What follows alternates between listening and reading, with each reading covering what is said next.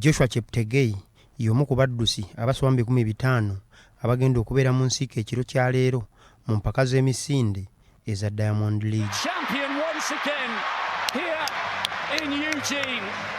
Cometh the hour, cometh the... Empaka zino zigenda kutegekebwa mu kibuga Lausanne ekya Switzerland ku kisaawe ekya Stade Olympico. It really is all too easy. 1978 for Arian Knighton.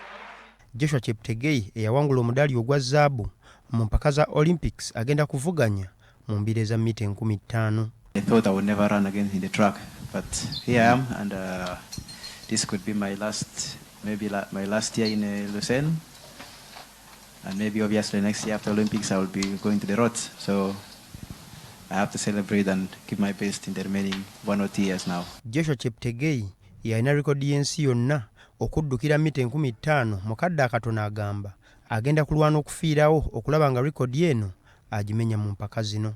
Ono yadduka mita 5000 mu dakika 12 n'obutikitiki 35 mu mwaka gwa 2022 ng'empaka zaategekebwa mu kibuga Monaco ekya Bufalansa. Yeah, I hope so.